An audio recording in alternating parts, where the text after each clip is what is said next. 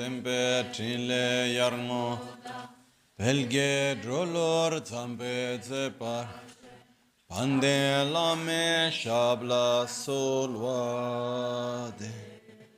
Oma Guru Vajradara Sumati Munishas Uta Vardanya Shri Bhadra Varsa Manya Sarva Siddhi Hum Hum Oma Guru Vajradara Sumati Munish Uta Vardanya Shri Bhadra Varsa Manya Sarva Siddhi Hum Hum Oma Guru Vajradara Sumati Munishas Uta Vardanya Shri Bhadra Varsa Manya Sarva Siddhi Hum Pakyuke Kudan Dagelu Pakyuke Sundan Dagena Pakyuke Tugdan Dagi Chiktu Chingelo Makyuke Kudan Dagelu Makyuke Sundan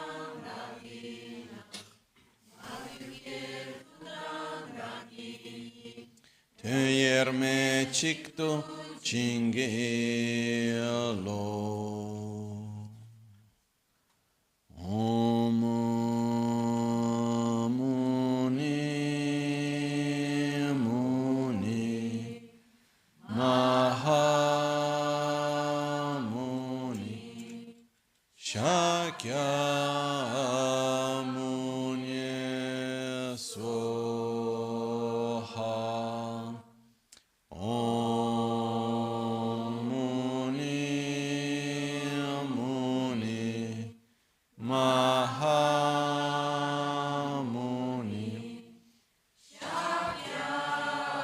Muni Soha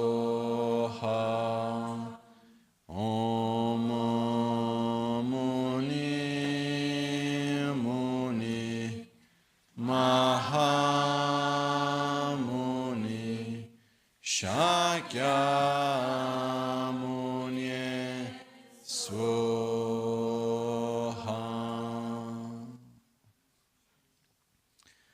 Sashipeki Choshi Metok Tamare Ravlingashi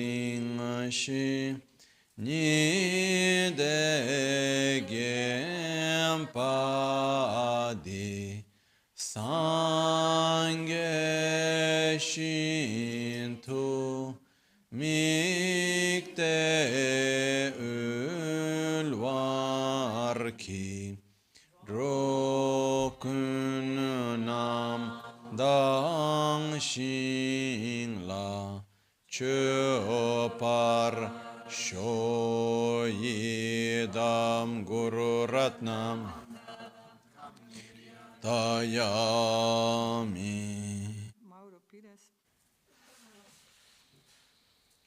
Sangye Chedan Tsoge Chonam La Chancho Pardo Dani Kyapsochi Dage Jinso Gibe Sonam Ki Drola Pinchra Sangye Druparasho Sangye Chedan Tsoge Chonam La Chancho Pardo Dani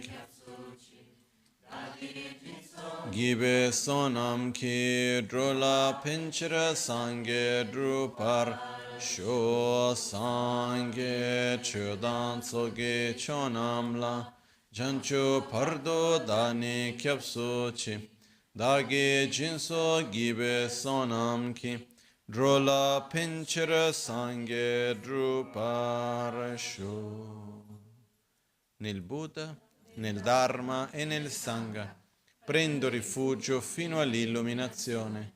Con la pratica della generosità e delle altre perfezioni, possa io ottenere lo stato di Buddha per il beneficio di tutti gli esseri senzienti. Amoyal haye ke da ludan chinke drubundana mike namda. Druwa kuinge dranama chitsampa. Tamche ke to dagi chuten to. Tamche ke to dagi chuten to.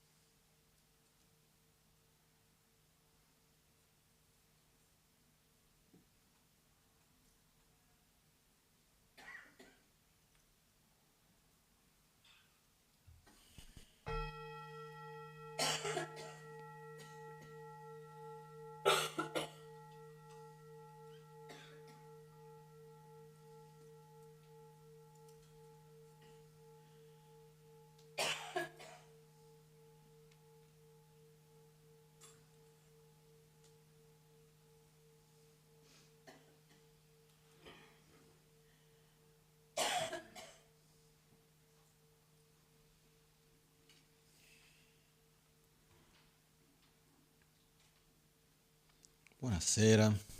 Good evening. C'è anche un po' posto qua se qualcuno ha bisogno, eh? Non c'è posto qui davanti per terra se qualcuno ha bisogno. No, stai lì. No, puoi stare, tu stai, non ci sono problemi. No, che ho visto gente dietro, se magari qualcuno avesse bisogno c'è un po' di costo. Sto qui. Buonasera.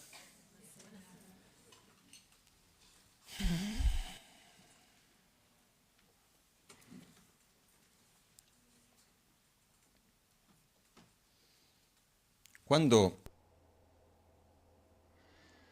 noi viviamo qualunque cosa, When we live, whatever we live, dalle cose che vediamo, from the things that we see, the things that we hear, the perceptions that we have, qualunque esperienza abbiamo, dall'incontro con whatever altre experience that we persone, have, like the encounters with other people, it doesn't matter whatever it is. nessuno di noi è No one of capace, us is capable, according to me, di percepire, to di vivere perceive, to qualunque live cosa whatever, in un modo svincolato, anything, in a way that it's indipendente dal nostro unbound and independent from our past. E questo ha due aspetti. And this has two aspects. C'è un aspetto che There è is io one oggi aspect vivo that il is presente today I nel live the mio stato present fisico, through my physical state, my emotional state, my mental il mio state, stato materiale, my material state, economical state, many aspects that determine the way that I'm living, my present, the relationships that are there, and so on. And what is there today is the result of all the interactions that have been there up to today. So from this point of view, I am not free from my past. And so, yes, we have freedom of choice, there is free will, but no one is free from their past. No one is free from not having resources from which causes were not created and the other way around. Today we are there with the good and the bad, each one with its own stories. And it came into my mind because today I am particularly tired and I'm asking myself, why?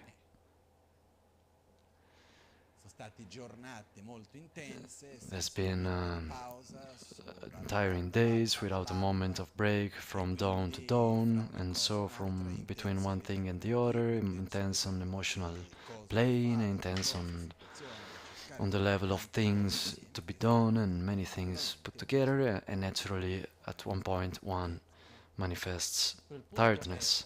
But the point is, our past, intended as our old experiences that we lived, gradually transform the mind, the body, the material aspect, the relationships, and so on, and this brings us to the conditions that we have in the present moment.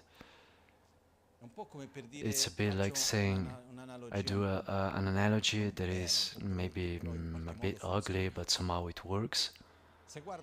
If I look at my bank account, the money that is there today, and that number, the little number that is there, is the result of what?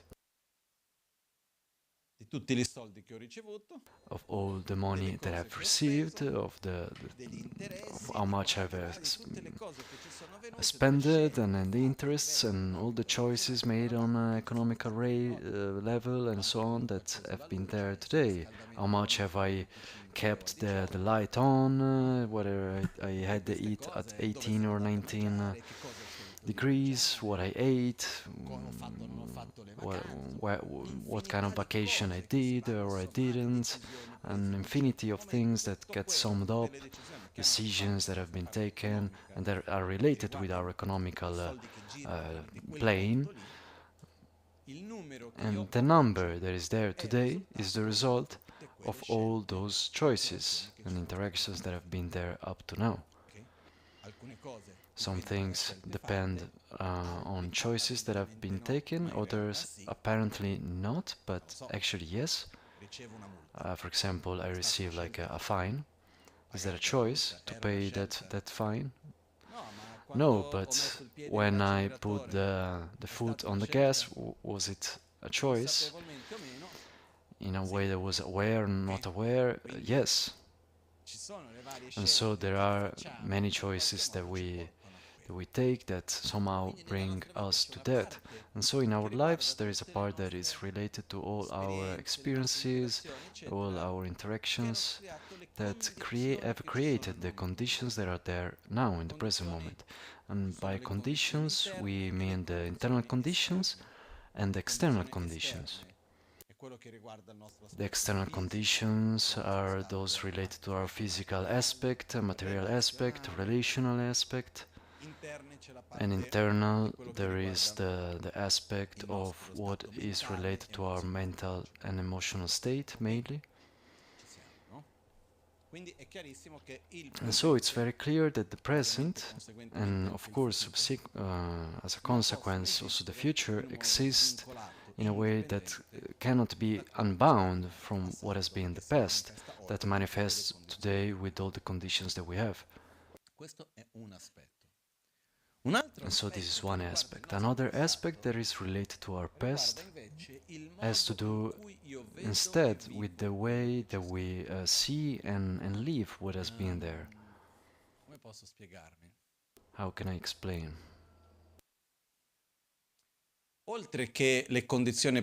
Other than the present conditions, there is a memory.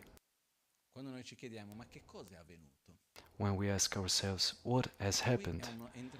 Here comes into play a judgment from ourselves, like a memory of what has happened. There is a part of emotional memory, the part of like more conceptual.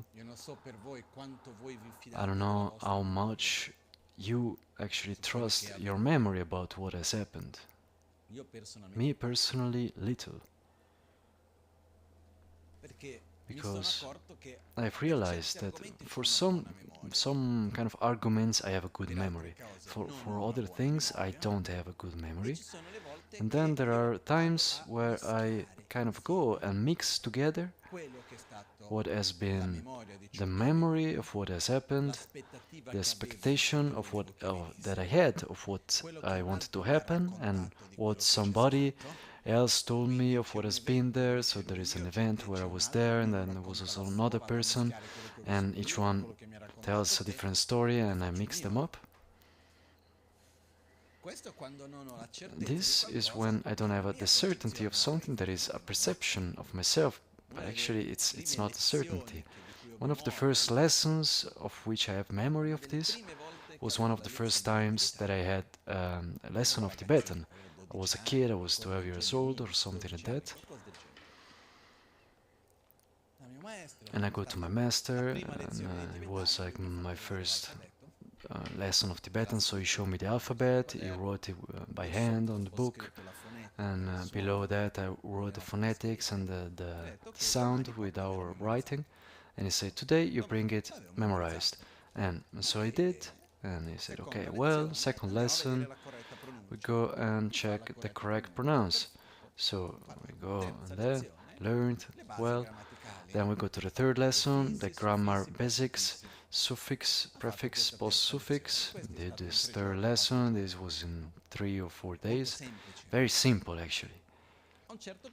And at a certain point, finish this first part,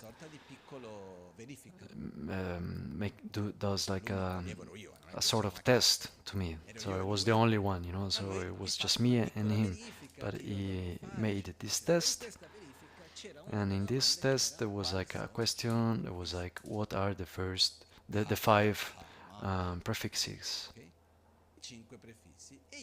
And I was very, very convinced, and I did everything, I was very sure, and just like in front of me corrected to me, and he said, no, here you're wrong. No, what are you saying? No, this is a prefix. Yes, no, yes, no. I was so convinced, and looking at it today, I was so arrogant. It was the third lesson, and with a Tibetan master that was also for the Tibetans, so it wasn't like the last one that did like online course. And he was there, but me and my memory in that moment, I was totally convinced that the letter that seen was the pa when it was the pa. But it's not a matter of sound, it was also written differently. And I was totally convinced that it was that one. And for how much he could say it, I couldn't accept it until at a certain point we had to go back in the book, take back the first part, and I looked and I said, how can it be? I was so sure.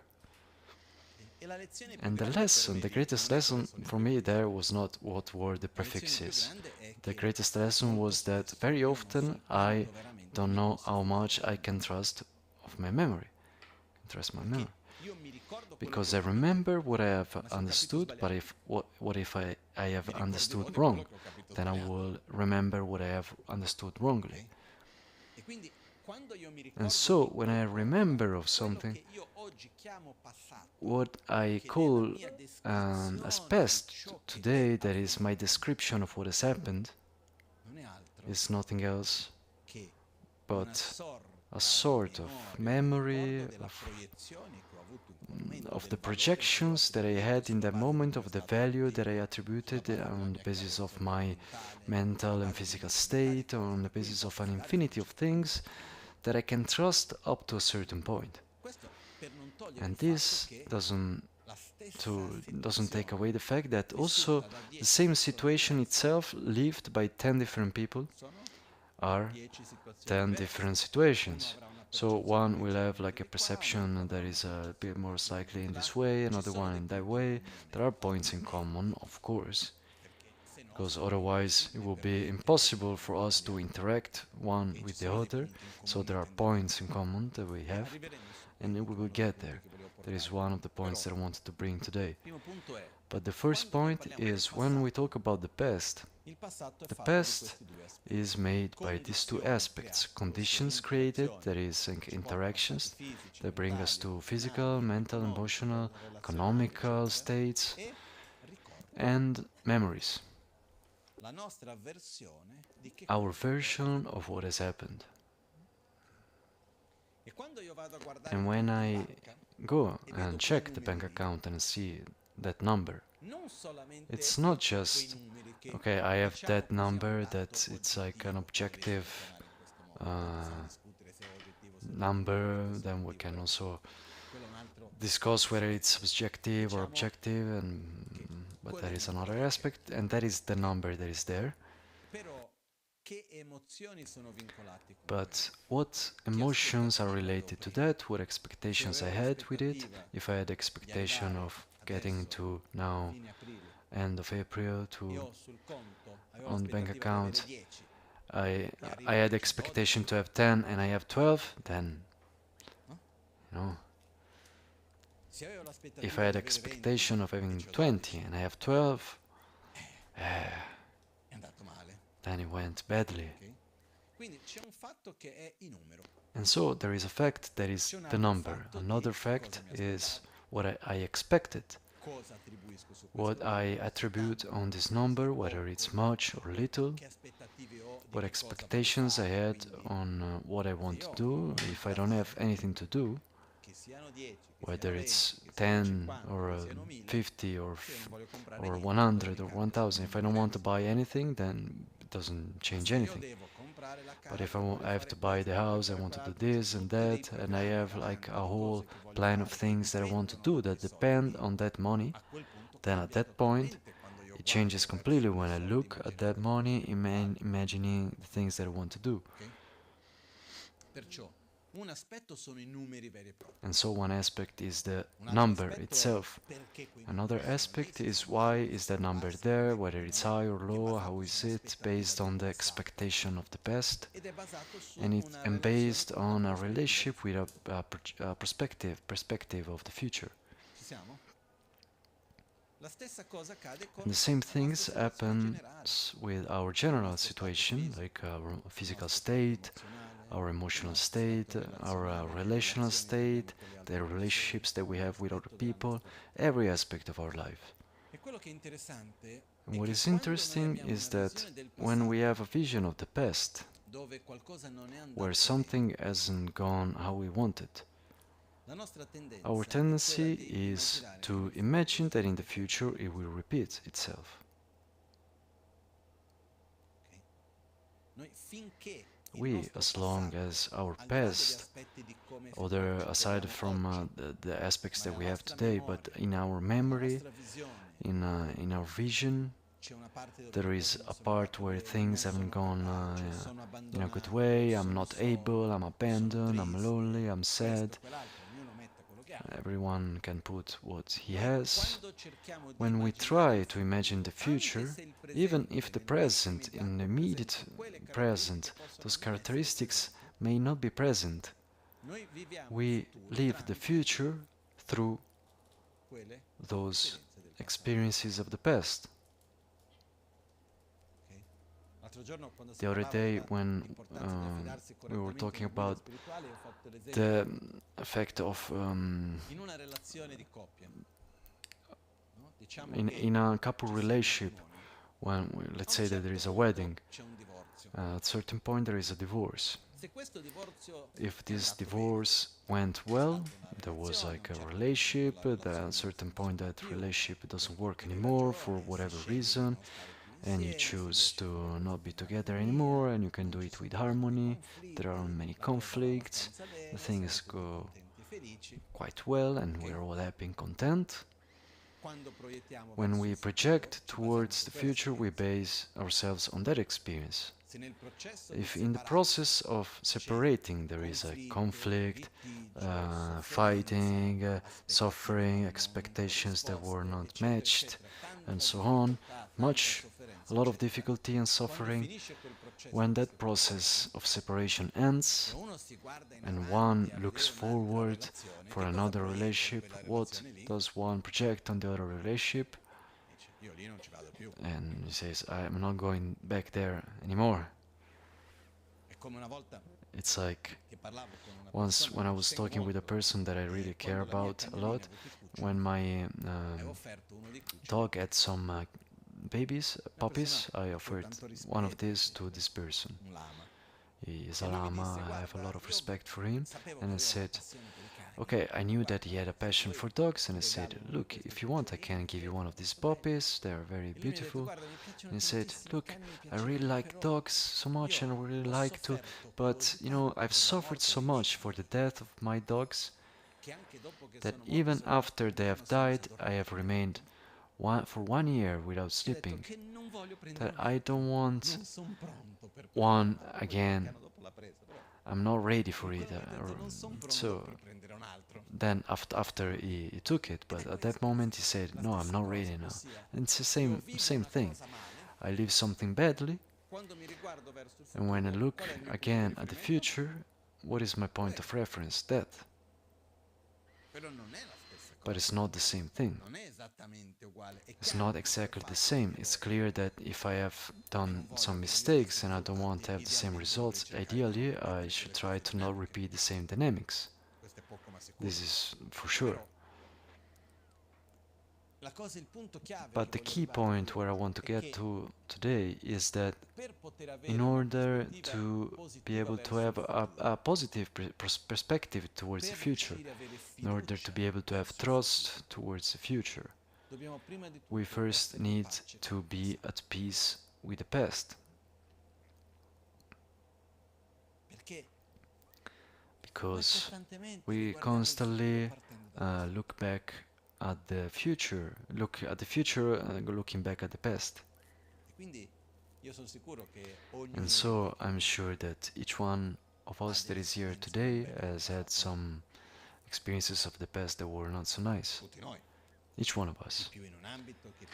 One more in a certain field, one more in another. There must be like who thinks that he is the worst of all.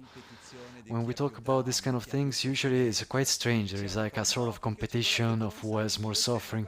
Ah, no, you don't know what I have. It seems like a competition to show we all have them. Who has them in a certain way, who has them in another way. And the nice thing is that at the same time, all of us have the capacity, the possibility to review what has happened, to allow ourselves to remember ourselves that what is there today is an emotional memory. It's a memory of something that got mixed up with expectation, projections, with a sense of guilt and 1,000 other things. And so, what has happened in our past? For you, the past, what has happened yesterday or the other day or 5 years ago, it doesn't matter. Looking at it today, is it a subjective or objective reality?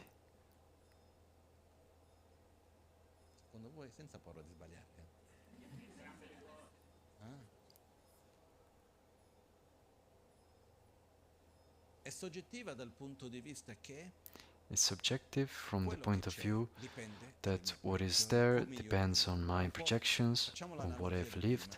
Let's do the analogy of before, like the number that I have in my bank. Let's say that the number itself is objective, let's say like that. What does it represent, whether it's too much or too little, whether it means that the things went well or not well.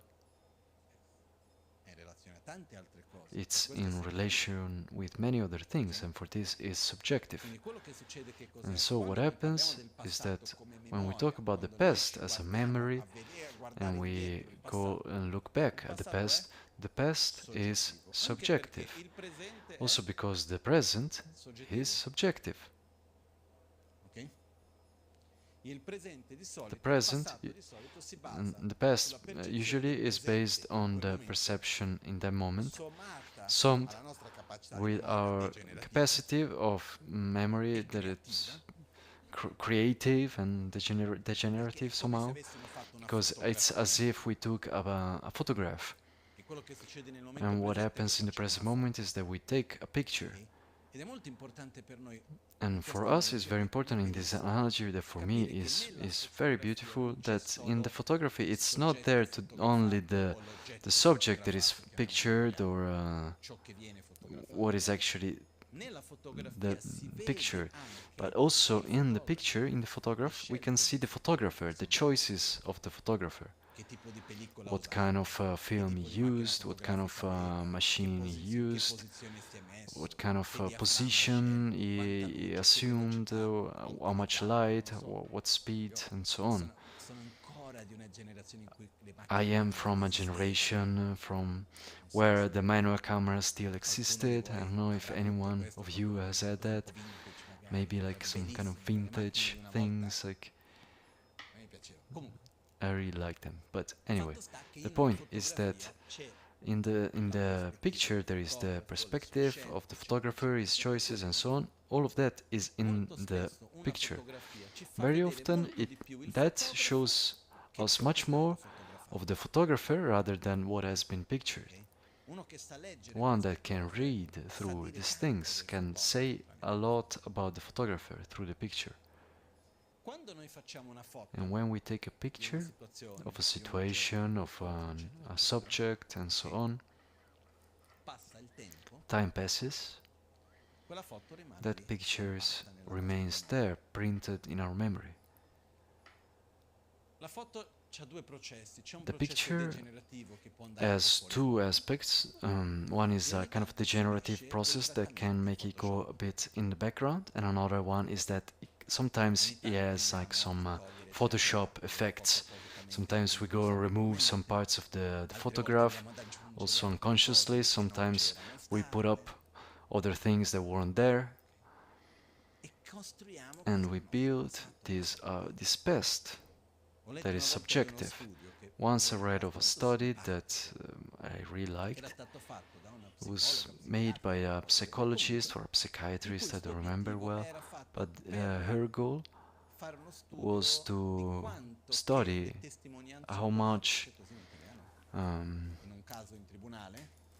the witnesses, like in a court, how much can the judge actually give credit to a witness. And this study basically was like, how much can we trust our memory? And so what they did is they took people that have had for quite a long time in their life, quite an intense presence, like on Facebook or social medias like that. And they took like 1,500 people, more or less, and out of this they took a tremendous amount of pictures, like in 10 or 15 pictures that were taken in this social media, and they showed these pictures to the people who took them, and they had to describe what was the moment that it lived. And the point is that among these pictures they put some fake pictures that were just invented. And there was like some pictures that for example, a picture of a person with some other people that, like friends of that person, on a balloon. Like totally invented, and it's not something that you don't remember, you know. Like, and showing this to many people, I don't remember like the percentage, but many people were telling the story of something that had never happened.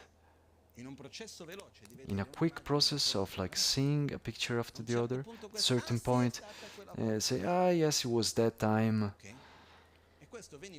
And this study came at the end to say, can we trust the eyewitness testimonies up to a certain point?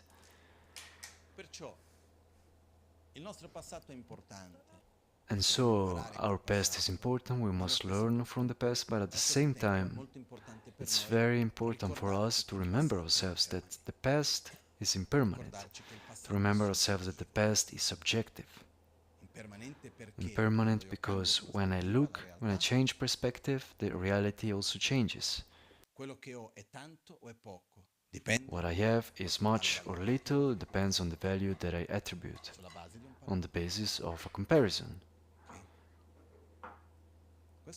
And this is important for us to remember, because the problem is when we remain trapped in certain experiences of the past, certain memories, then after that we can't go forward anymore. I make a bit of an extreme example. There is a person that I know that has already passed. One day we take her to her house, like from where she didn't step in for a long time, and she says, no, in the bathroom we can't step in. Why? Because like a jar of shampoo fell and broke with the glass all on the floor. And when did it happen? 10 years ago. So she remained blocked with that. She had like a difficulty to dealing with that. And sometimes we are similar to this, because one would say, what do you think it is? Like, it's just like a jar of shampoo. We just remove it, we clean the glass, and we go on using the bathroom. But if I don't believe in my capacity of cleaning that jar on the floor and I see it as a threat to get into the bathroom, then I won't step into the bathroom again.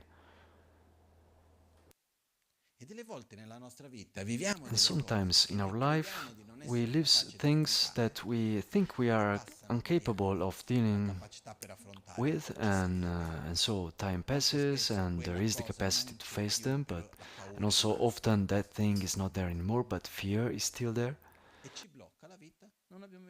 and it's blocking our lives and we don't have the courage to move forward. There is this way of saying of how can we remove the fear that someone is in the closet. I don't know if you've ever had this fear. Because imagine of being in a room and at a certain point you look at the closet and you think that there is someone there. And you start to feel like a real fear that there is someone in the closet. And when there is fear, then you start to hear the noises, and at a certain point you're sure of that. What is the way to eliminate the fear that someone is in the closet? You open the closet.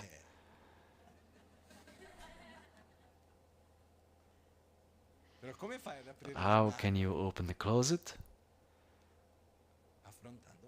Facing the fear.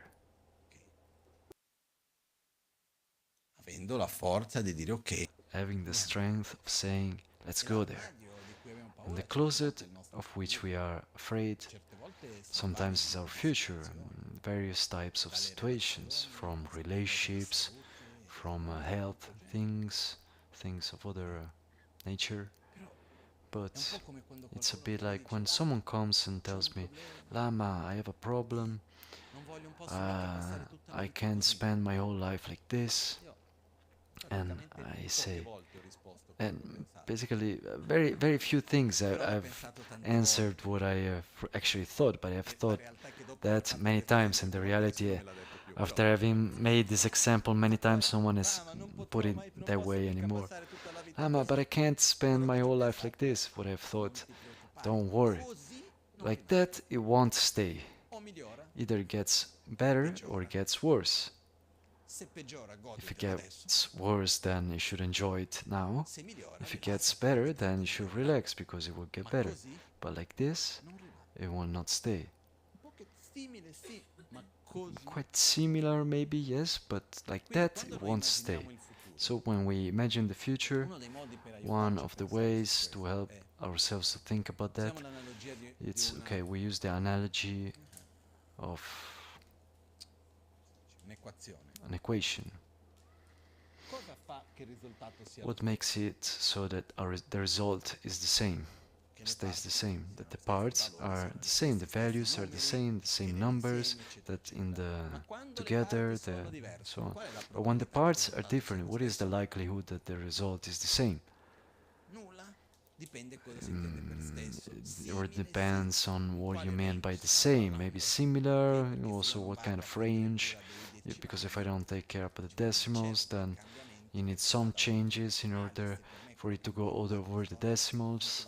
If what matters is just like about the thousands, then I can make many changes and it kind of stays the same. But the point is that when we have the future, the majority of times the variables are very different from what have been there in the past, starting from ourselves. And we are one of the most important variables there are on this. So with the we have changed, like we have maybe a bit more awareness on some sides, we have maybe less physical strength. Life has changed on many aspects.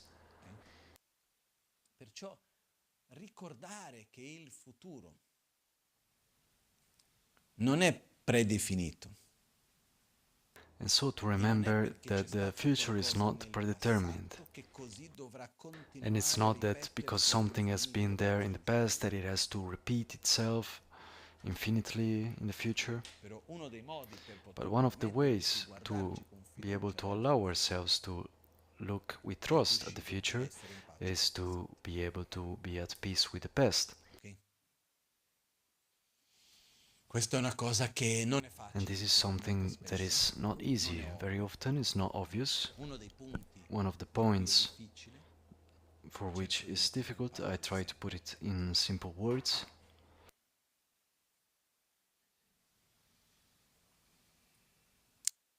Vivo un momento I difficoltoso, live a moment of difficulty. vivo qualcosa con I live sofferenza, something with suffering. fisica, mentale, Physical, emozionale, vivo mental, qualcosa emotional. male. I live something badly. Quella vivenza, That quell'esperienza mi lascia una ferita. experience imprints a wound. A un certo punto io dico che devo mollare il collo, Then devo at lasciare a stare. certain point, I say, okay, I Ormai have quello che è to accaduto leave è it. What accaduto, has happened has è stato happened. What has stato. been there has been there. Cerco di giustificare, I try cerco to di capire, justify, cerco di to non understand, to rimanere not aggrappato a remain quella cosa lì. uh, E certe grasping volte to it. abbiamo quella But sometimes we sensazione have that feeling che that metterci in pace con quello to che c'è put stato ourselves at peace with what has been there vuol dire means non dare to valore not give a chi ha value sofferto, to who has non suffered, permettere di to vedere not quel che c'è stato. C'è una sorta di see what has ingiustizia certe happened. volte There nei is like a sort confronti of del, ed è injustice, quasi come and se io it's mi a metto bit in like, pace con ciò che c'è okay, if I stato, put io myself sono at dalla peace with the parte di past quello che ha fatto danno, io non sono with dalla what mia has been parte. there, then I'm standing on the side Non so se è chiaro questo. of the harm. I don't know if this is clear. Però se io metto qualcosa in But bocca if I che put qualcun something altro in mi my ha mouth dato, that someone else che, gave me, okay, che c'ha un gusto that schifoso, has like a very bad taste. una volta che l'ho messo io in bocca, Once I have put it in my mouth, tocca a me it's up to o me ingoiare, whether to swallow it o sputare, or to spit it o out tenerlo in or to bocca. keep it in my mouth. No, non lo devo ingoiare perché se lo No, ingoio vuol I dire che like I devo shouldn't smettere di vedere swallow che it quella persona because mi ha dato la cosa otherwise I sbagliata. should stop to see that the person gave me the wrong thing and so on. Una volta We che c'è should stata stop una with this, you situazione know. difficile, Once that tutti noi ne difficult abbiamo situation has passate. been there, we have all passed difficult Io mi situations. ricordo per I esempio remember, for un periodo example, particolare della mia a vita particular time of che è my stata life strana in that parte perché was strange era un also momento molto molto bello partly della mia because it vita was a dove very beautiful veramente non period of my c'avevo life nulla where su cui I potevo didn't have lamentare. much Andava tutto molto bene, ero molto that I could complain contento about. e a Everything quel will punto ero go a well, Borobudur con Lama and I was very Gangchen e content. I feci una was in preghiera e gli Borobudur with dissi Lama guarda Gangchen, qua, la mia vita è and I molto made a bella, va prayer. tutto I molto remember, bene, ma okay, come look posso here, fare io un my life domani is very aiutare good, altre everything persone goes se io quite non c'ho well. difficoltà mie? But one day, how È can I stato be able to difficile. help Ci è other voluto people if I don't veramente have difficulties poco of my per own? cominciare a And so it aprire was dei enough to periodi ask, non semplici, because then very little dove ho was needed to passato open situazioni a che period non that sono was not proprio easy, where I situazioni passed piacevoli situations that were not di like vario genere. Adesso non pleasant, c'è bisogno di various entrare nei kinds. Now we dettagli, don't need to eccetera, get eccetera, perché un into giorno the sarebbe lungo. details Però because it's ho not potuto helpful, sperimentare cose dal but I was able pregiudizio to alla experience things from the prejudice to discriminazione e cose di questo discrimination, things genere, like eccetera. this, and so on. Ed è stata la parte più And it was particolare che the mi ha part that insegnato, non was so se la di più, però mi ha insegnato the tanto, most particular, era and il that vedere la was that stessa it helped me persona to see the same person, che mm, mi avevano more than fatto one tante person cose actually, belle, that mi did avevano many dato tante nice cose things to me belle and e gave me avevano many avuto nice tanti things, and comportamenti that difficili. also had various behaviors that hurt me. E quindi come mi relaziono con And loro? so, how do I relate with them? Cosa sono loro per me? What are they Cosa to me? rimane dentro di What me? stays inside of me? E di lì è stato il momento And in cui ho there dovuto it was veramente, è stato il momento in cui the più moment, che ho the dovuto, ho time where imparato I questa had to frase che learn per me è molto this importante. sentence that for me is very important. It Sembra come seems like alta filosofia. simple, but it's high Una philosophy. cosa è una cosa, One thing un'altra is cosa è un'altra something, cosa. one thing is one thing, another thing is another thing. Io sono And profondamente so I grato am per il bene che deeply mi hai grateful fatto from the good that you e have done to prendo me, distanza da te and I perché la take nostra distance interazione mi from fa you male. because our interaction now is hurting me. E una cosa non toglie And one thing doesn't take l'altra. away the other. Ho un sentimento I di have a gratitudine feeling per quello of che mi hai gratitude fatto, ho for what I've delle received. bellissime I memorie, have beautiful cioè memories of non what ho has un been there. gusto I amaro don't di have quello che c'è stato. a sour taste of what has Ci sono happened. stati dei Then there were also comportamenti e some delle behaviors, some situazioni situations che sono avvenute per that mille happened for ragioni, a thousand reasons, ma che mi hanno portato but a that dover brought me prendere una to certa have to distanza. take a certain distance. Ok? E questo a me And personalmente mi ha this, insegnato for me tantissimo. personally, it taught me a lot. because it's a bit like me, by default, I trust people, and sometimes people told me, you shouldn't trust people because you can't always trust. Has it ever happened to you that you trusted someone and then the person doesn't do what you thought or stuff like that? Various times, but I live much better by trusting. Because at the end, I'm talking about myself. When I trust, I have trust about the future. If I start inside of myself to create all the possibilities of what can go wrong, there is an infinity, and also I'm creative. If I sit there and to think of all the things that are possible, what are the reasons for which I could not trust you?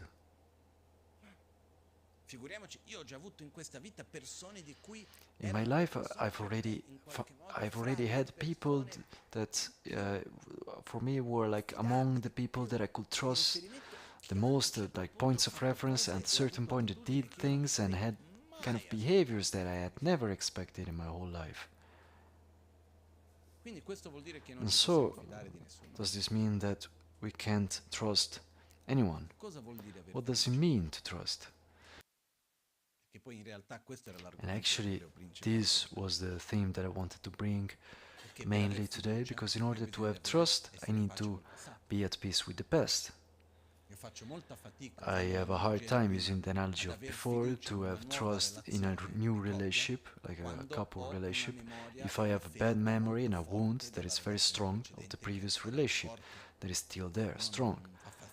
One has a hard time to look forward and to not see the future through that filter of the past experience. And the interesting thing about this, and then we close this argument and we move to the next, is that when I have a wound of the past of something,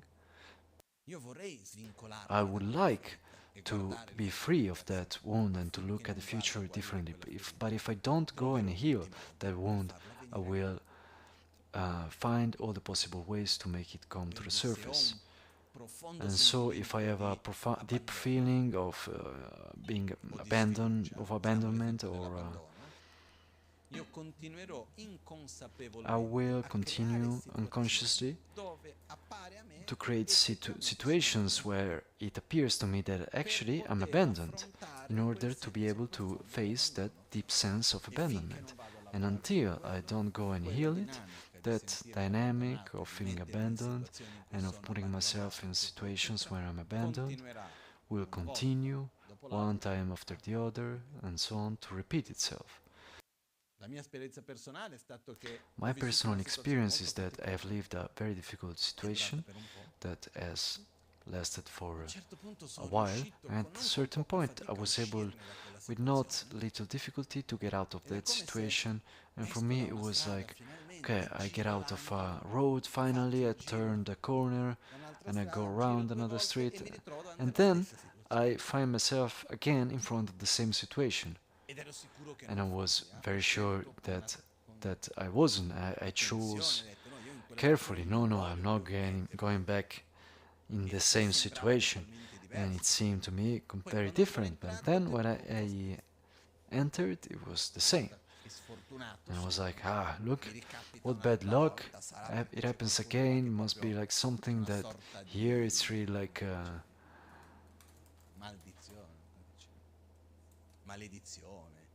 kind of plot, you know. Why has it happened to me again? And so I go out of the situation with difficulty, and the third one, I'm more careful. And we are more careful, watchful. Okay, I look with attention here, this and that. What does it happen? It seemed that everything was fine, and then at a certain point it manifests exactly the same dynamic. Io lì mi sono detto, c'è qualcosa troppo. And there I said to myself, there is here something that is a bit too much in common. And also I told myself I should put in practice what I teach. What are we here for? And my point was I shouldn't try to change the situation, I should try to change the way that I relate with the situation. When I'm able to be in front of the situation without suffering anymore, without reacting badly anymore, then it means that at that point I'm ready to change it. And as long as I try to run away from that feeling, then I will find that situation again. I don't know if you have had similar situations. But we need a certain courage, because it's easy sometimes somehow to say the fault is of the other.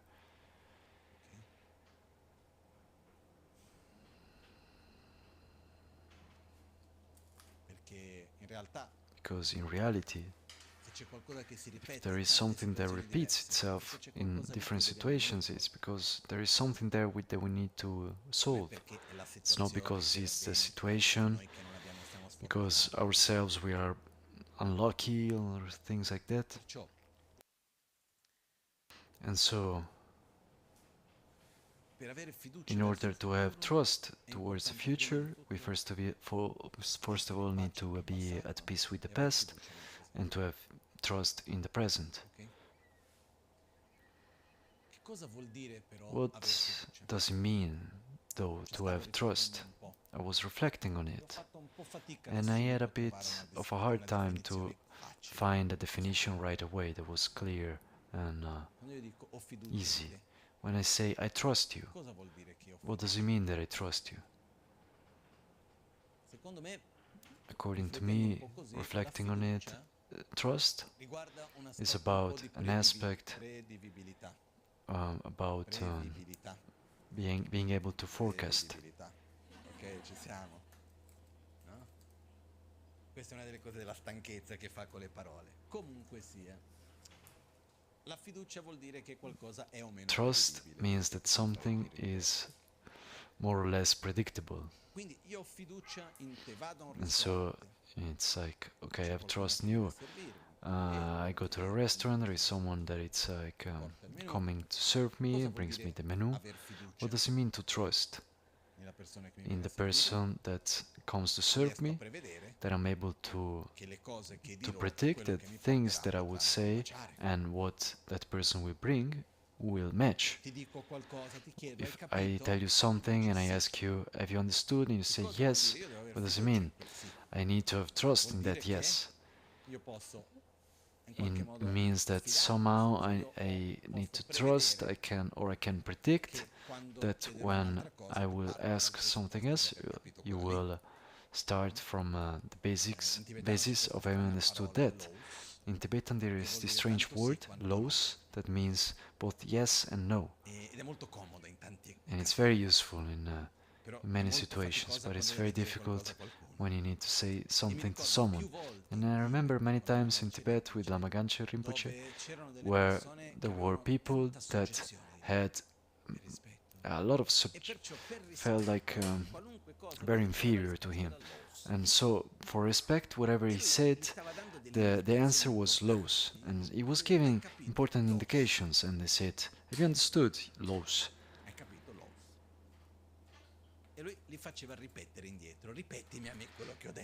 And so he asked them to repeat, and they said los, and I remember staying for hours into this. And it was necessary sometimes for this, because also when I say, have you understood? And I tell you yes, but I ask myself, what have you understood, actually? Because each one of us understands what we are able to understand. Not always when what you understand matches with what I wanted to say, and the other way around.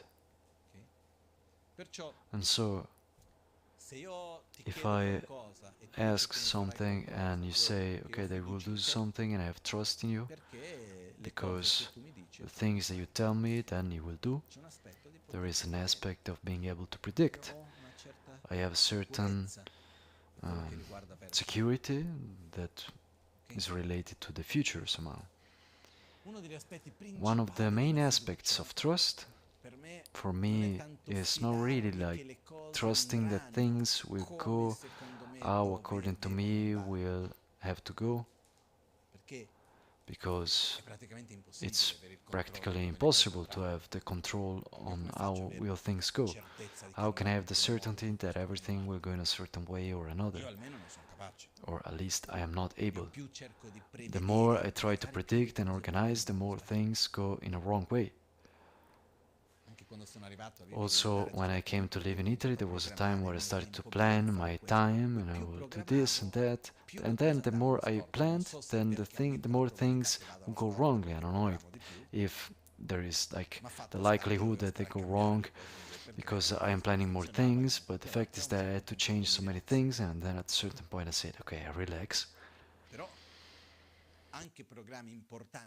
But even important plans often don't go in the right way.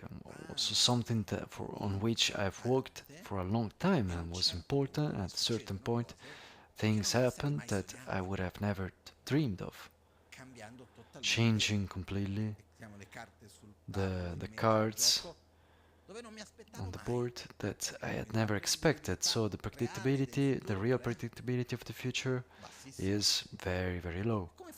And how can I have trust? When I am in front of someone, can this person change? Yes.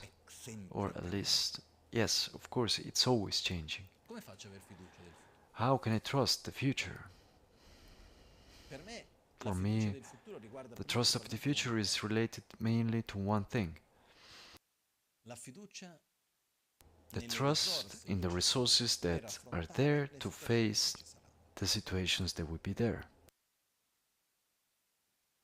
No? Immaginiamo di partire per un viaggio. Let's imagine that we leave for a journey on a boat, a beautiful boat.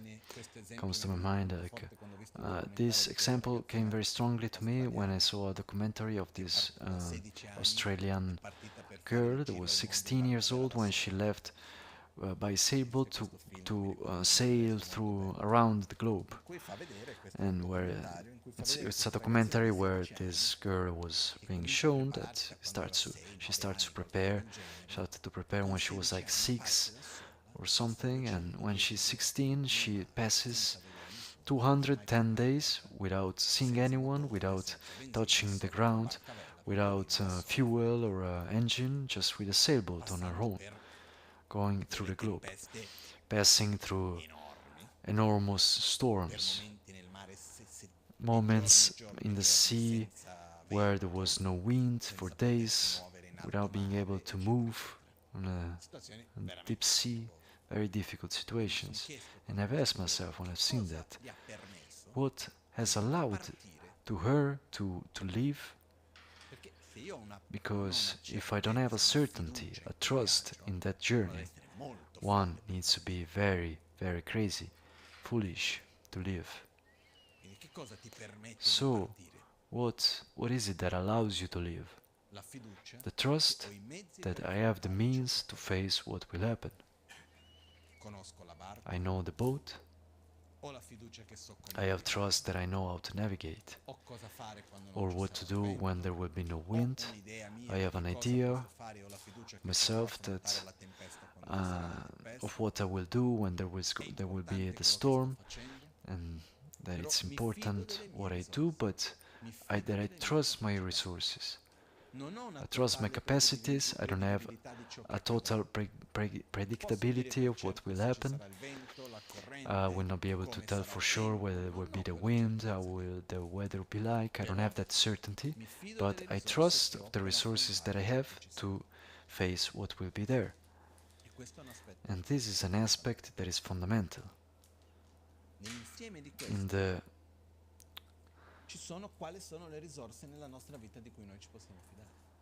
And with this, there are also the resources in our life that we have in our life that we can trust. And so, me personally, looking at the past and also looking at history, the future has never been predictable, never certain. even if cyclical.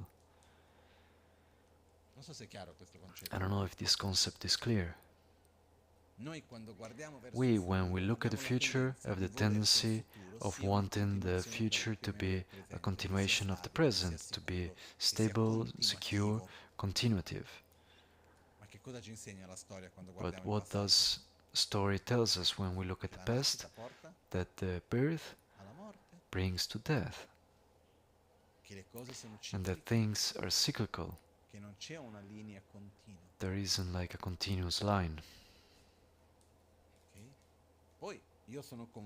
And then I'm convinced that there is a continuity of the individual from life to life, after death, and so on.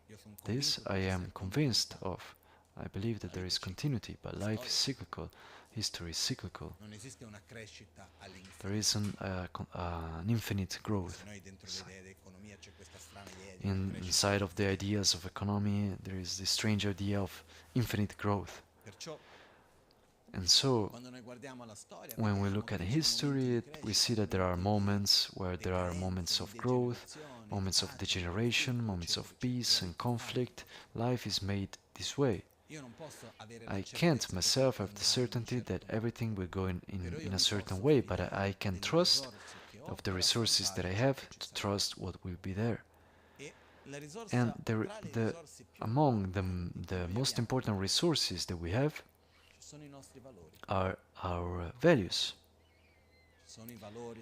There are our values, which are some kind of guidelines that we have in our lives, points through which we define, okay, up to here I can go, and more than here I cannot go. There are some kind of rules that we create among ourselves to be able to interact at our best with each other and to trust each other, and this is one of the most important things. And it's enough to look at history, the most powerful thing that has ever existed, of also which the powerful ones have had fear. The great kings, great emperors, also today the most powerful governments. What is the thing that can change billions of people and can put fear also to the powerful ones? Ideas, values. Because what moves each one of us, it's ideas, values, and what we believe in, and where we put our energy into. Very often, if we look at history, the repression that has been there, it's because the ideas are scary. And it's important for us to review with ourselves what are the ideas that we trust. What are the things that work for us, that can be there to sustain us in whatever situations we are. And at the end, whether we look from a personal level in our lives, and whether we look more on a macroscopic level, what wins, what works, is love, is respect, is peace. Even though peace is difficult, is challenging, because let's leave aside all the worldly and international problems. Let's think about our family, the relationship with our friends and colleagues. Is it difficult to build peace and harmony? Do we need compromises? Yes, it's like a meeting point that we go and create. But the lack of that harmony, how much energy does it consume? Much more than the harmony the energy necessary to create the harmony. And the problem is that as long as we don't see that, then each one of us are there to look at what I want and how I want, and to try to manipulate the reality according to our will, and the other will do the same, and at a certain point the two will not match anymore, and so there will be like pull here and push there.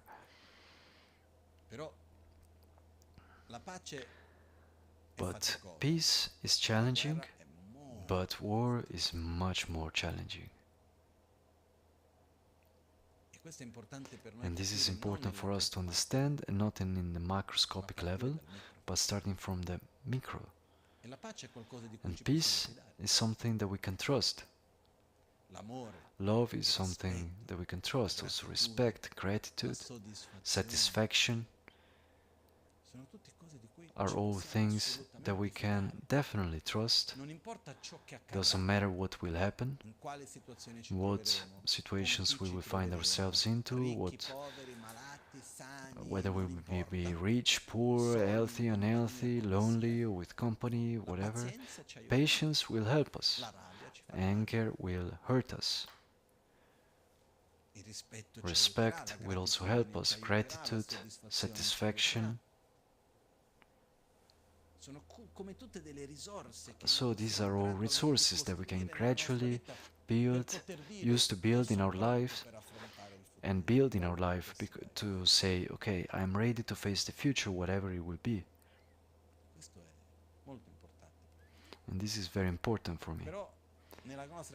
But in our daily life, we have to cultivate these resources bit by bit.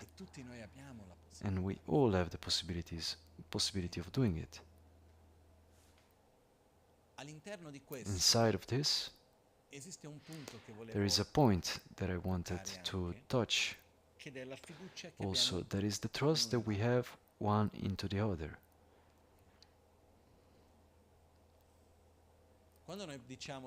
When we say usually that I can trust or not someone, in our cultural context, I have the feeling that in order to be able to trust someone or not, we mostly have a reference on whether that person will tell the truth or not.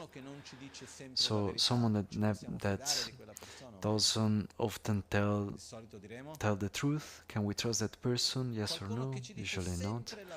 Someone that always says the truth, can we trust that person? It depends.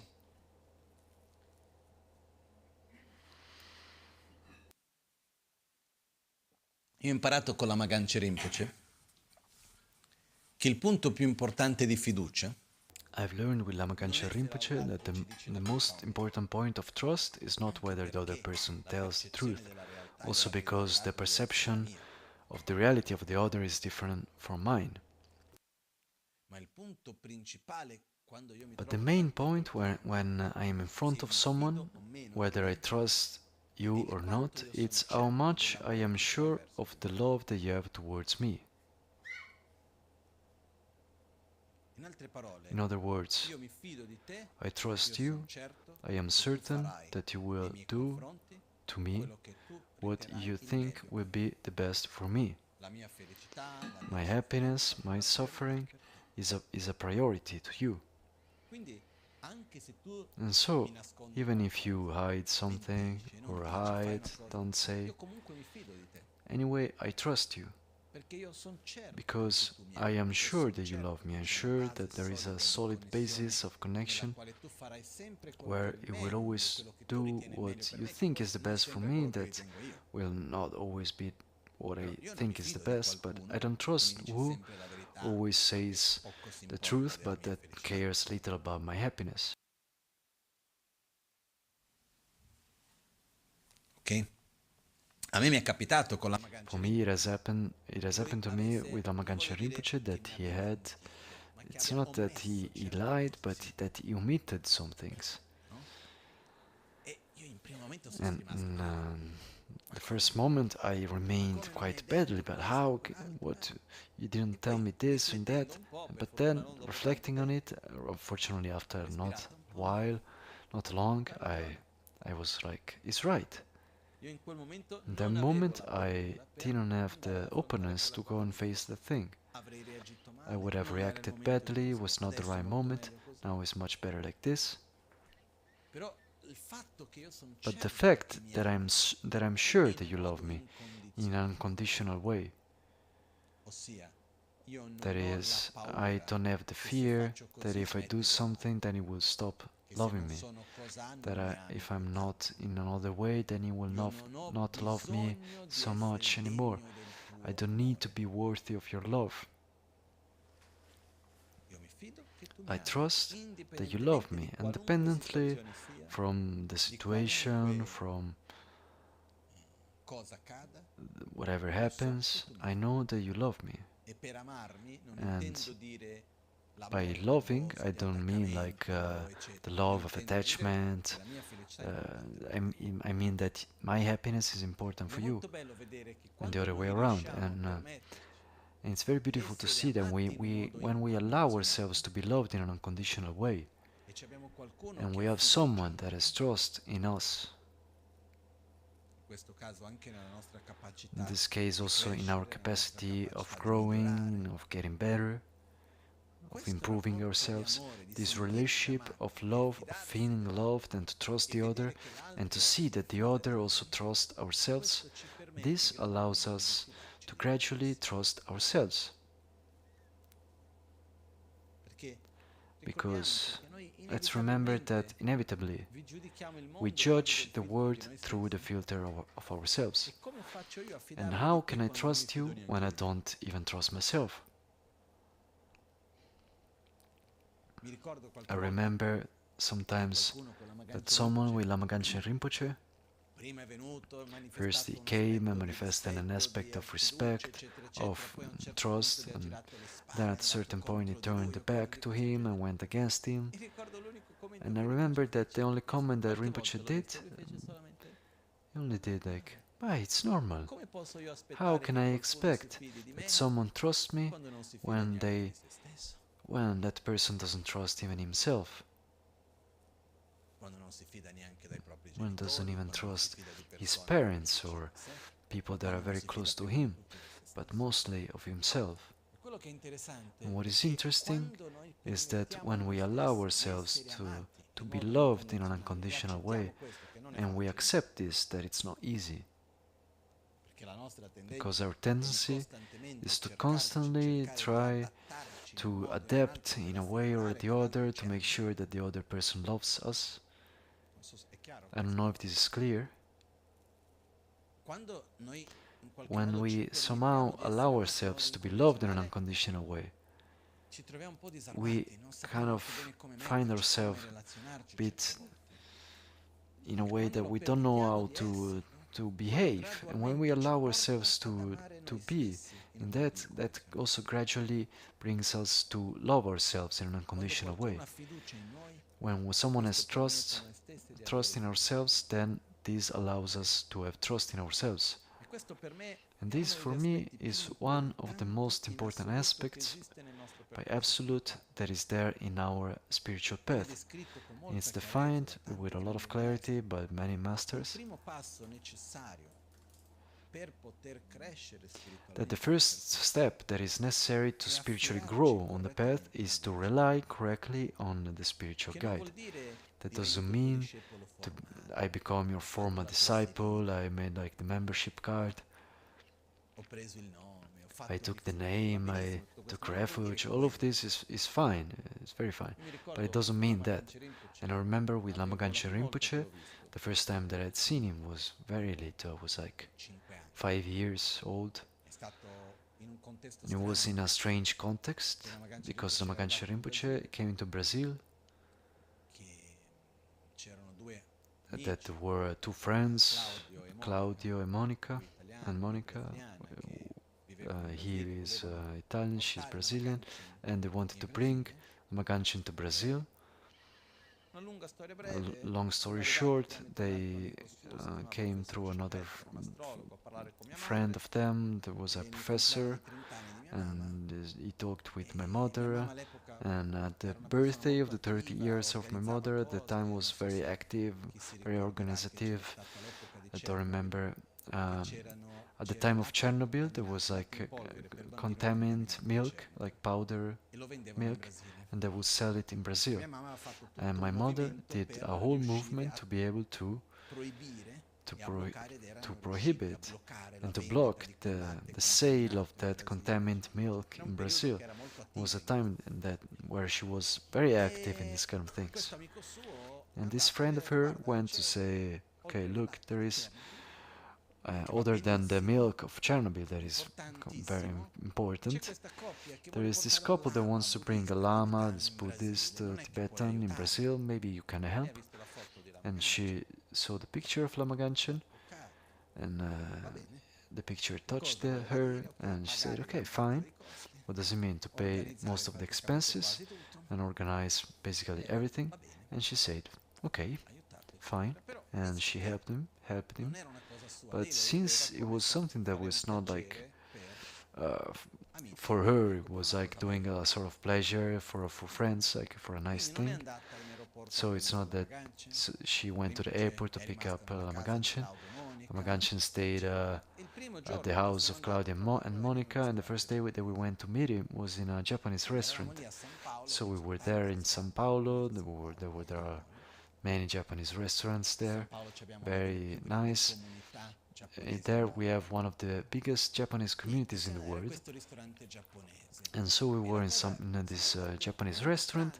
It was a strange moment because I remember getting into this restaurant and seeing Lama Gangchen. And first, it happened that with that, I don't have the clear memory what came first. My mother saw Lama Gangchen and they saw each other, and before saying hi and greeting each other, they burst into laughter, totally out of control. And my memory that was the most clear, that when I saw Lama Gangchen Rinpoche the first time, I had a total trust. And it's something that has never gone away. It was a feeling of being able to say, okay, I have trust, I feel safe, I don't have to be someone that I'm not, I don't have to try to do something differently from what I am. I'm loved, I'm seen. And it's something that one bit by bit puts into words. But me, I've always had an excellent relationship with my parents. When I was a kid, everything was fine, perfect. It's not that there were like problems at home and I was looking for someone to replace them. But by the first time that I saw him, the trust that I had in him was more than the trust that I had in my parents. And this trust that is based on a mutual love, is based on the fact that I don't have to be other than what I am in order for you to love me, and I love you. I have trust in you guiding me correctly, and you have trust in me being able to follow this path. And for path, we don't talk about following the Buddhist teachings, memorizing the prayers and the mantras. By path, it's the process of developing peace, stability, awareness, wisdom, and so on. And then there are all the tools to do it. And this trust is one of the most important, the most beautiful things and important that I found in my life up to now. It's something that goes beyond words, but eventually what we need to trust is ourselves. But when we meet someone that touches our heart, someone that we see and we see that, okay, it's not like me, it's something more. There is something there that touches me, that becomes like an example for me. And I see that that person, that special being, has trust in me. If he has trust in me, then I think maybe it's also up to me to have trust in myself. And this is one of the most important aspects at the start of our path, this human connection that is created. And I also think that this is one of the reasons for which Buddha, in transmitting his teachings, didn't want to leave anything written. In the sense that Buddha Shakyamuni, when he left the body, everything was just oral transmission. And for 300 years, more or less, it has remained oral. And then, after 300 years, it has happened that the various stories start to have different versions. So they said, okay, let's put together the coherent versions and let's write them. I don't have knowledge on the Bible because 300 years after the the death of Jesus, they put it written, but I don't know. But two of the most important spiritual guides of our knowledge didn't leave anything written. And inside Buddhism, the main reason for which I believe that there isn't anything left written is of the main importance in our path, mostly not of a book, of something written, but of human contact, of the relationship that is created of trust, of love, of being able to be in the presence of someone that I want to become, and of being able to see someone that lives at peace and to say, whoa, peace is possible. And because I can spend my whole life talking about peace, but if in my life I have conflict, then are words that don't have power. And here we come back to this human relationship that is so important for us to cultivate, to nourish, and also to be able to connect with the examples that we have around. Also going a bit beyond. How can I say? There is a Tibetan word that is Shengu. I never found a translation, but I explain. Maybe someone understands. I don't know. Is there someone here that that is a fan of Inter or Milan, some football teams? What is the feeling that a fan has towards his team? Why this team and not the other? Why Milan and not Inter or whatever? I have never understood, actually. But what is there, it's not because it's the team that wins the most or that has the most beautiful color, this and that. It's a feeling of belonging that is created. And this is on many things. On football or also on the religion. There isn't much difference from a certain point of view. Whether to say, I am a fan of Milan, if you ask someone from Milan, what team is the best? What is in Milan or Inter? They will say their own team. Then maybe it hasn't been winning for years, but my team is the best for all the reasons. What are the reasons? Because it's mine. Because it's the team to which I belong. I know we had bad luck, I know this player, this has happened, and so on. And the same attitude, often we find it in the religious context. My religion is the best. Why? Because it's mine. No, l'altra no, non posso. Ok? Non so, uno che è molto tifoso. I don't know, someone that is like very fan of a certain team to say that a player for another team is doing good. Is there like a sort of betrayal that is happening there? I ask myself. According to me, yes. And this strong attachment to a sense of belonging in Tibetan is called Shengu. This attachment of belonging that is there. And it's one of the things that hurts us a lot, especially in our spiritual path. Okay, I am Buddhist.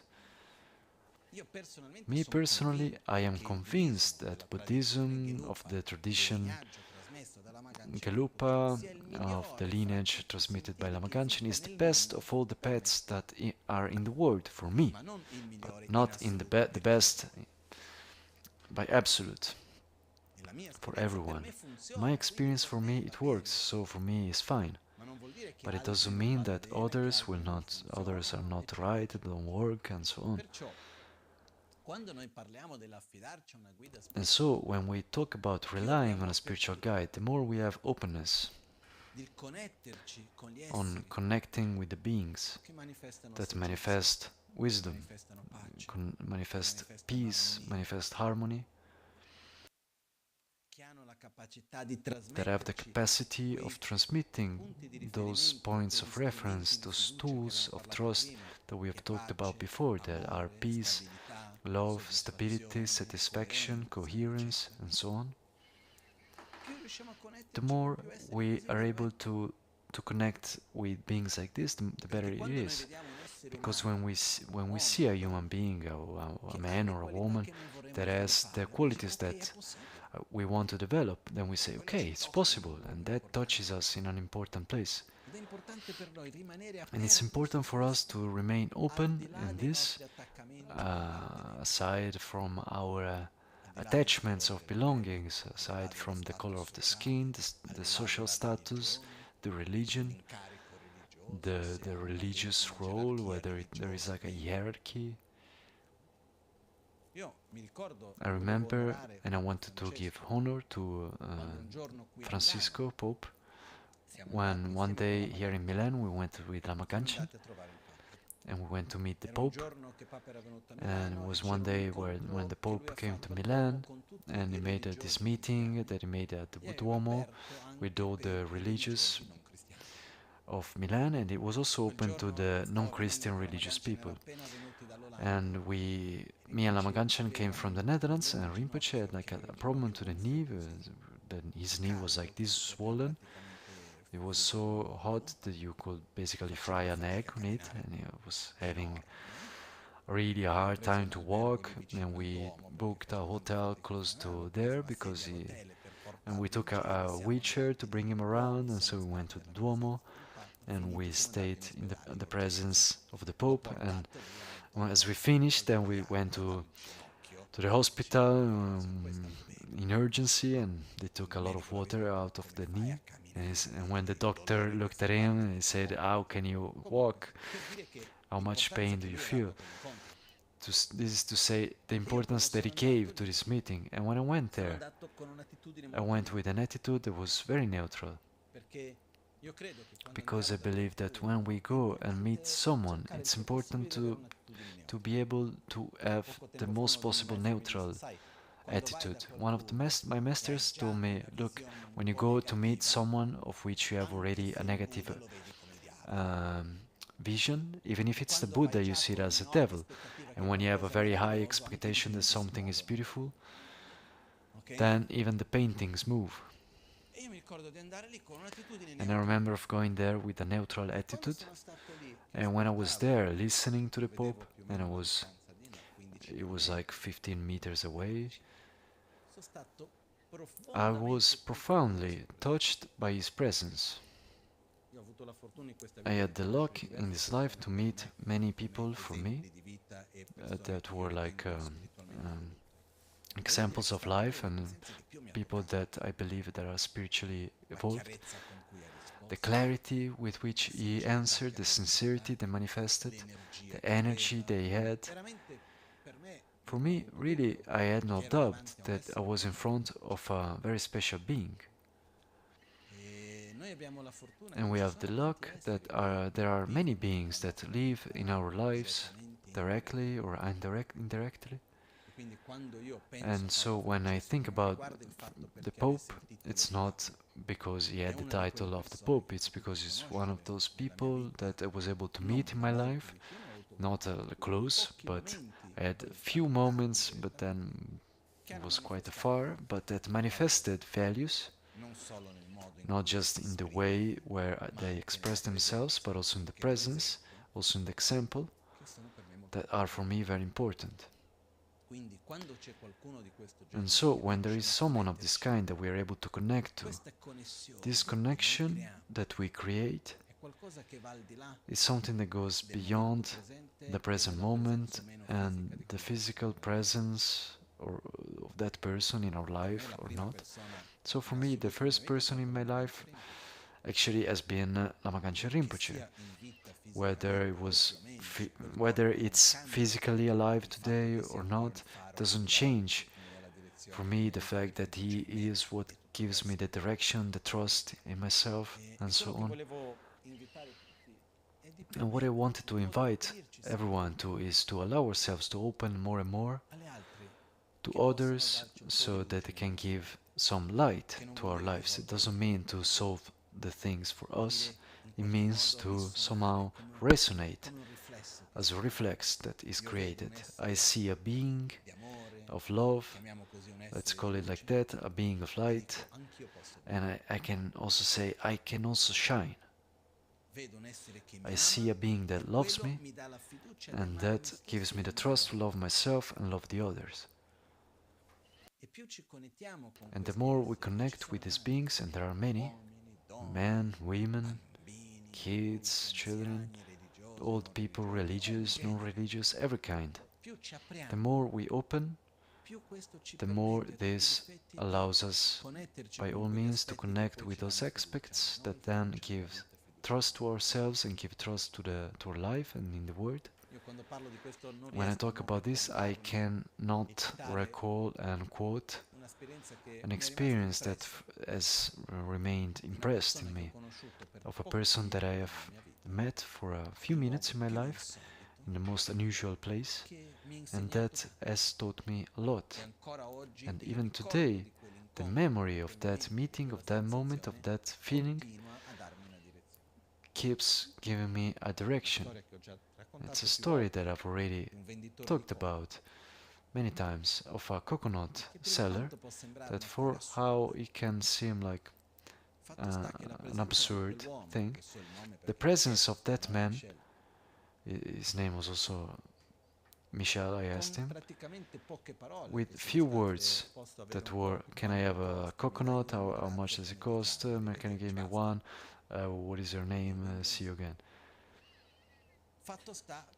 But the point is that that presence transmitted me a level of a teaching, of non-verbal teaching, of unity, of humility and dignity, as very few times I've had in my life, and that has hit me, touched me very strongly. It was like a place where there was no one, it was just me. And I asked him the name because I was very touched, I was very attracted actually by his presence, that I didn't want to go away, so I asked him his name, I wanted to stay there. It was a man with very dark skin, around 50 or 60 years old, very, very simple. But the point is that if we don't open ourselves, we don't see. When we open ourselves to see, how can I say, to open ourselves to connect with these people, with their qualities, then we connect to those. When we remained trapped in the aversion, in the anger, in the hatred, in the fear, in the envy, in dissatisfaction, in rancor, and so on, we will see the world through that. And even when we have the light being, the Buddha in front of us, then we will have 1,000 defects to project. Like once that I went to a place close to here, they invited me to talk at the University of the Third Age or something like that. And it was a very beautiful meeting, but at the end, 2 or 3 people told me, how did you dare to come to us here so arrogant? And I was like, can you explain better? Make me understand, why do I appear so arrogant? Maybe I haven't done something properly, I'm sorry for that, but explain me better. And that person, those people said, we are doing so bad and you come here with all that peace, with all that joy,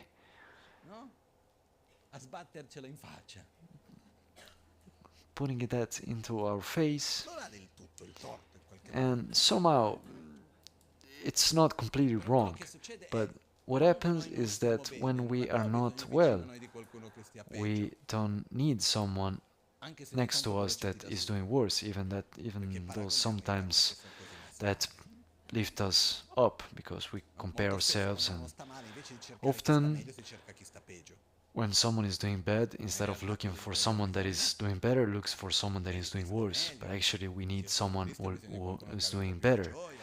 If I'm sad, I need someone that is more joy. And so let's allow ourselves to open towards what we could call the sacred, towards the people and their qualities. And it's a bit like when Lama Gangchen Rinpoche, he had so many friends, and it was one of the qualities quite unique of him, and I've never met anyone like him that had this characteristic, that basically everyone that he will meet after a while he will create like an intimate friendship with. And often I will joke, yes, the 1,500 intimate friends, because wherever he went, the feeling of many people was that, because it was really created that. And one day a journalist asked him, why do you have so many friends? What is your secret? Because I relate with the qualities of each one and not with their defects. And it was true. And then he had a principle of his that it was like, okay, I choose to give you my friendship. If you give me yours or not is your problem. One thing doesn't condition the other. I am your friend. I will take care of you. I will offer you the best that I can offer. Your happiness is important for me. I will try to help you in the moments of difficulty. I choose to be your friend. If you are a friend of me or not, it's your problem, not mine. It's your choice. My friendship is not conditioned by your behavior. And it's one of the greatest lessons also that he transmitted to us. Because often our friendships are conditioned. I'm your friend until you do this and don't do that, and your friend in this way, and so on. But when we are friends, when we manifest love, who earns from that is us, not the other. Also the other, but mostly ourselves. And so, to conclude, let's allow ourselves to open to the others, to the beings that are there, wisdom, the beings of wisdom, of love. Remembering ourselves that when I say wisdom being or of love, I don't necessarily mean someone that is 100% a perfect being of wisdom and love, but when I meet someone on the street also, or at work, or in the family, many contexts, I can allow myself to connect with the love of that person, with awareness, with the qualities of that person. I can allow myself to do that without taking away from the fact that everyone can also do the stupid things and has like the weak points. I'm not saying that that doesn't exist, but I choose to connect with the qualities. And this is because what I see in the other somehow also reflects back to me, and it's a choice that we have. And so, aside from the religion, aside from the formal context or not, let's try to relate with the best side of each one. And then it's important in our life to be able to have at least with one person possibly, and if it's possible also with more people, but at least with one to to feel loved in an unconditional way and to be able to love in an unconditional way, to have like a full trust. This means a lot. And the interesting thing is, in my experience, is that this is not something that necessarily needs to happen in a mutual way, in the sense that by mutual I mean, or better, I repeat, it's not that, not necessarily that there needs to be awareness. I can love you unconditionally, even if you don't even if you don't know. I can feel loved unconditionally. This doesn't mean that we Every day I have to be together, to go out. It's not like a couple relationship. It's a relationship that goes way beyond, because there is no exchange. I give you this, you give me that. I expect you this, I expect this from you, and so on. It's a relationship based on I love you and I want, and I will do anything that is possible for your happiness. And to have this trust is very important. It's the first step in our spiritual path. Me personally, I was able to have, and I still have, was with Lama Rinpoche, and it's the most precious thing that I was able to have in this life. And so today I wanted also to pay homage to Rinpoche, remembering that the most precious thing. It's difficult to say the most precious, because when he left, many precious things, but for me it's among the most precious things is this love, this trust that he had in his journey towards his masters, and he transmitted this to us, and we carry it on. So it's something that I have a hard time to put into words, because it goes beyond words. It's a feeling that it's deep, that is created, and it's brought on, carried on. And this is one of the things that determines whether a spiritual tradition lives or not. Because in order for a tradition to be alive, there needs to be this feeling of trust, of love, and this is fundamental.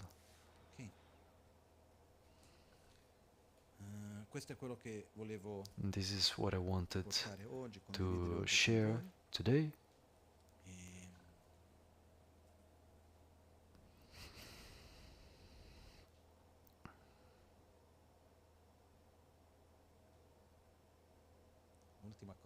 One last thing. One of the gifts that we can make ourselves is when we allow ourselves to have trust beyond our projections.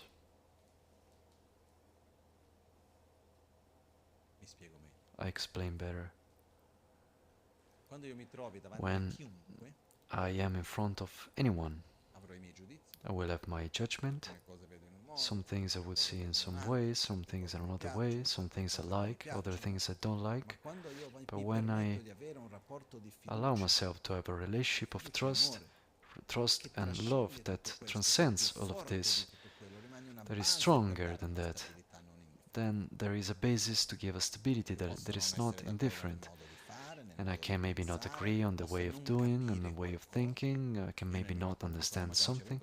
In my relationship with Lama Gangchen Rinpoche, more than once, Lama Gangchen Rinpoche had some behaviors and made some choices that at the moment I didn't understand. And fortunately, I judged the behavior in the moment, but it didn't impact on my trust. And this is a great gift. There needs to be some exercise, internal exercise, but it's very beautiful.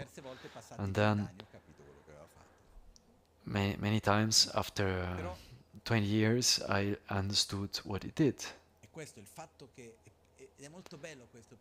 And it's very beautiful this, because okay, it's like saying I have a total trust, I don't understand something, and I will allow myself of seeing that, and I'm having a part of judgment without having to make that impact on the trust, because I don't go and generalize the whole through an aspect. I go to base myself on a solid experience on one hand of trust and love.